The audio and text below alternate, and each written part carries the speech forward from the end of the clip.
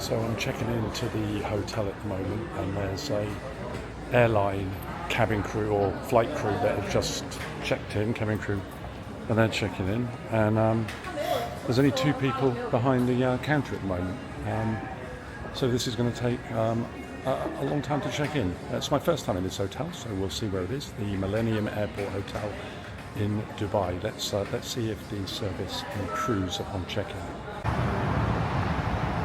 Check-in didn't take too long after all, and then it was time to make my way to the room. The elevators are situated just behind reception. There are three of them in total, and I noticed that they were relatively responsive and you didn't have too much of a wait time. There are also some other elevators a little bit further along in the hotel, but for me it made sense to use the ones just behind reception. I was up on the second floor, and coming out, the noise of the reception area seemed to dissipate quite nicely, and it felt a lot more tranquil as I made my way up to the second floor. It was a quick left turn and then make my way down the corridor.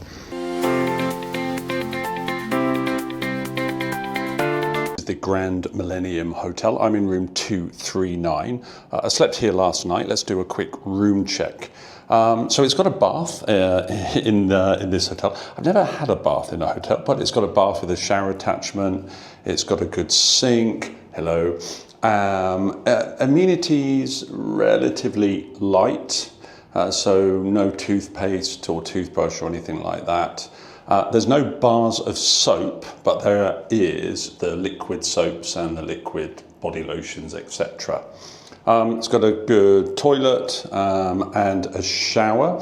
One of the things I noticed about the shower is it warms up really nicely, which is lovely, and it's got a rain shower at the top there. One of the things I notice when I'm showering, even if I'm using the hose, the rain shower also still drips on you. So I've had to kind of like use the rain shower first so that there's warm water, and then use the hose as the warm water from the above shower attachment drips on me.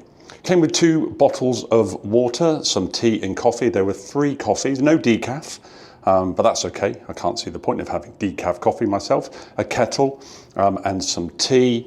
Let's have a look in here. There is a fridge, mini bar. There's nothing in it. I think that's pretty standard in a lot of hotels that I stay in. There's a lot of storage space in these cupboards above. Looks like there's a pillow there, and there's a space down here to store any small bags. Wardrobe.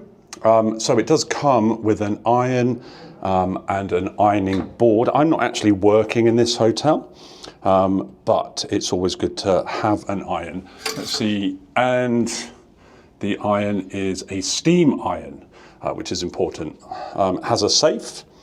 It has a hairdryer. I tested the hairdryer yesterday. One of the things I noticed was that it blows air, but it doesn't get hot. So if you are looking to dry your hair, you might need to ask housekeeping for one that warms up. There's laundry facilities, and there are some footwear if you want to go to the pool or to the spa. Coming into the main room, it's got a very big bed, I have to say. And I have to say, the bed I slept in last night was very, very comfortable. Next to the left-hand side of the bed, it has a power outlet, 3-point socket. But one of the things I noticed is that the other side of the bed does not have a power outlet at all. So again, it's just one of these things with hotels. Modernizing. People charge their equipment, people use their smartphones, and they need to charge them kind of like overnight. Very often it's the last thing we look at before we go to sleep, first thing we look at when we wake up. So why don't they put in charging units? Coming to here, we have a desk. The desk is set up like I'm about to wait for somebody to come in for an interview. But anyway, it's got a desk. No full length mirrors, but there is one mirror there, and there's one, oh actually, let me change that. I lied. There is a full length mirror here. Television, let's have a look at the TV. Always like to have the TV on, it provides that little bit of company. So what channels have they got? OSN movies, that service is not available. So it looks like they've got 2 movie channels, Cartoon Network, OSN TV News. Oh, that looks like a drama thing. Yeah, so from my perspective, it looks like there's 2 English speaking channels. There are 2 charging units next to the desk. Why not put those next to the bed? But there we go. And then if I come over here, I've actually got a poolside view. So this is the pool area. There is some of the restaurants and eateries. I'm on the 2nd floor. So that's kind of like the eateries on the left-hand side, and then swinging round, we have the pool down there as well. So overall, although I would say the hotel room, it's a little bit dated, but I have to say it's comfortable. The air conditioning works, and it's currently around about 36 degrees in Dubai. So the air conditioning really, really works. In fact, I actually had to turn it off when I was having my morning coffee because I was getting a bit cold. Let's go and explore the rest of the hotel. So this is the pool area. It's quite nice and warm actually. It's quiet down here at the moment, but lots of sunbeds available. There's only me and one other person at the moment. I was just speaking to the lifeguard here, and he said that today, which is a Saturday, is family day, which means you get a lot of people coming in the afternoon with their families. So something to be mindful of, that if you come to the pool on a weekend, on a Saturday, possibly Sunday as well, you might have some outside guests, which makes the pool, which is big at the moment, but obviously if you get a lot of people here, it makes the pool possibly a little bit more difficult to go for a decent swim. But I do like it. It's got a nice layout to it, lots of shade if you need it. It is surrounded by buildings, so there's definitely no sense of privacy when you come here. You don't know who's going to be looking down at you. There is a pool bar by the looks of it there. I haven't ordered anything yet. It is currently about 37 degrees. It's about 9:30 in the morning, and I will probably go for a swim very shortly.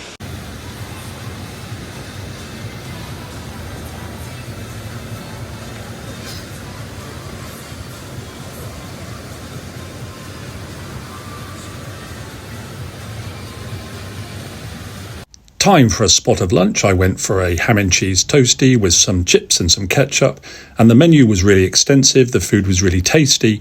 The cutlery was wooden, and it kept breaking on me, which was a little bit frustrating. Walking through the lobby, noticed that there was some coffee shops and a number of different places to eat. There was an Italian, I think there was a Mexican as well. I was making my way towards Biggles pub. I felt that some good British food would serve me well, and I think that there was also some football games, Premiership football games, that I could sit and enjoy.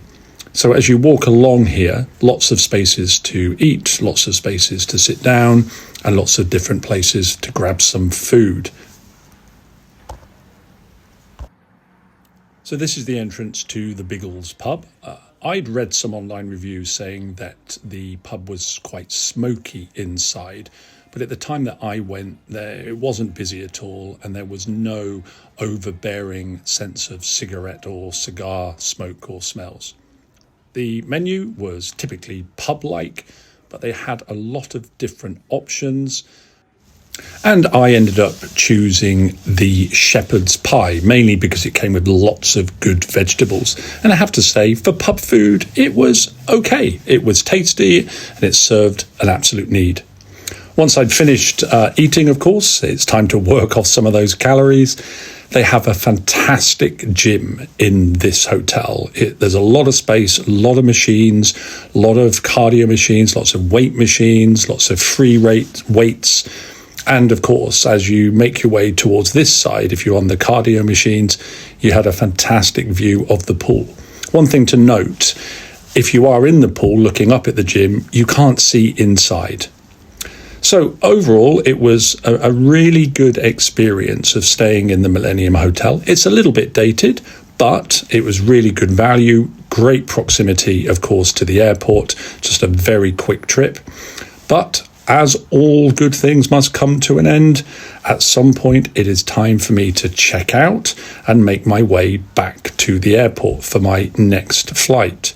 Luckily, there is a bus service as it's really close to the airport. These are the times that for pickup for Terminal 3 and Terminal 1. And then it was time to get the bus and make my way back to Dubai Airport. Checkout was really easy. Had a moment where they were not able to send me my invoice via email. Turned out to be an issue with my phone. Now I'm on the bus.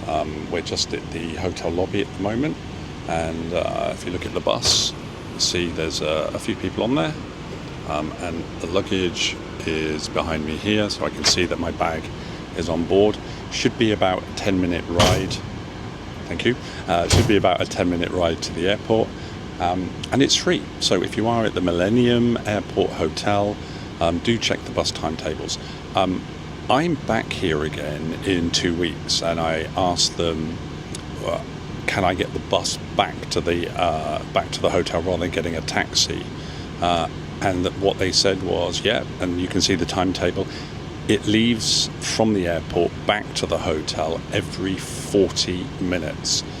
So hopefully my landing and luggage and exit into Dubai arrivals will coincide with that. If not, it's a 35 dirham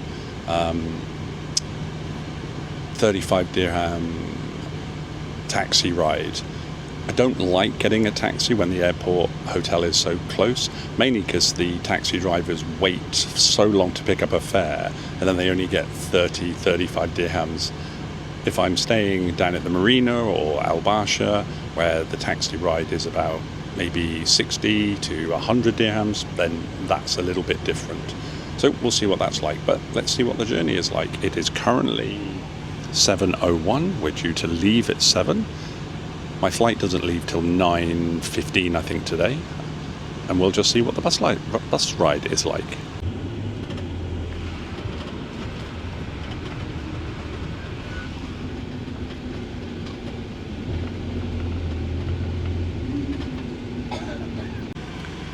We left at 7:03, literally just round the corner. It's still 7:03, so less than 60 seconds to get here. We're currently at another hotel. Looks like there's some more passengers that will get on board on this service to the airport. There's loads of people getting on at this airport, this stop. Not even sure we've got enough seats, to be fair. You can suddenly start to see a lot more people getting on board. So definitely worth noting that second stop filled this bus right up. And there's not a lot of room, I'll be honest with you, but it's only a short trip to the airport now.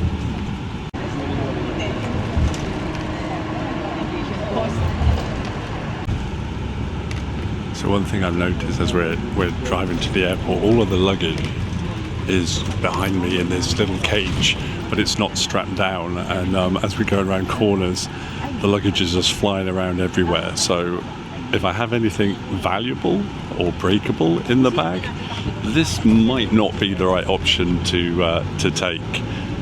We shall see when I get to Vietnam and unpack, find out if anything has broken. Fingers crossed it hasn't. I was contemplating getting the 7:20 bus. I'm actually really glad that I did not do that, because the traffic to drop-off point is incredibly busy. And if you're traveling, you know that anxiety where almost every second counts. I have to have checked in by 8:05. It's currently 7:14. So that still gives me enough time. But if I'd have left it at 7:20, I think I'd be getting a lot more anxious. I think my golden rule when traveling is always, if you're going to do waiting, it's better to wait at the airport than it is on the roads.